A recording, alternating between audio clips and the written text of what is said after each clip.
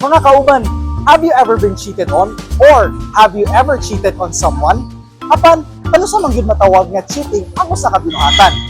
Ali, mangutan na ta alang niini atong Valentine's Day special. Makik-entertain or friendly sa lain nga babae maski naayo uyab maski para sa lalaki kay wala siya intention nga bati pero para kalang sa babae which is kami kay kuan man siya kalang uncomfortable kayo siya paminawon bangay na ay kuan wala man mi level ato sa kuan kalang pandemic era ba pero para nako cheating siya maski wala mi level kay still cheating siya so kuan mi kalang pandemic era kalang MU ba like og mga kuan sa Facebook. Pero wala na yan nabuhat ha. Para for me na sa kanang kuan niya. Ako kanang friendly sa laki ba? Yan na ba? O sa manapakan ako kay wala sa cheating, di ba?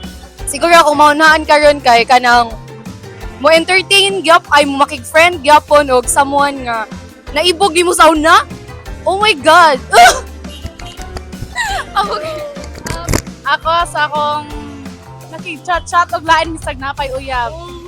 Na nagamit og laing account. Siguro ko naman sig-like or kanang react sa mga pictures sa mga babae, especially that same siya gisulti nga. Kabalo ka nga naibog sa iya ha. So yeah. Kanang nakayuyab, di ba? Tapos, kanang nangita kaglain nga chat with tahay nga na, di ba? Tapos, matawag na siya micro-cheating kay instead kay nanakayuyab, dapat dili nung taka mo chat o glain nga girl. Siguro sa unsa ang nilihukan sa bae or unsa iyang pambuhaton likod sa inyong relasyon na wala kay bawo imong partner. Okay naman makikichat line if dili lang buta mo abot sa in a deeper level na mo ang imong partner na nakichat na siya lain nga na. Wala ko'y kakuan kay wapa ko kakuan. Base sa latest survey sa social weather stations kung SWS, 1 out of 4 Filipinos ang nakasinati o nakasaksi og cheating sulod sa usa ka relasyon. 11% niini ang mitumbok sa physical cheating o ang paghihinlawas sa lain.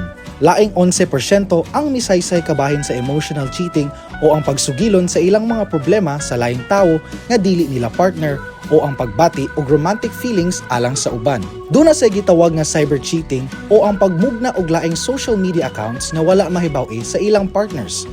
Object cheating o ang paghatag og sobra nga attention sa mga butang sama sa gadgets o gaming platforms. Financial cheating o ang pagtago og mga luxury purchases o dili kaha mga utang gikan sa ilang partner o ang micro-cheating o ang paggamit og terms of endearment alang sa ubang tawo o ang pagtago sa relationship status. Busa hinumdumi mga kauban ang gugma kinahanglan matinud-anon, adunay respeto ug labaw sa tanan integridad. Happy Valentine's Day sa tanan, kini si RD Morales alang sa My TV Cebu.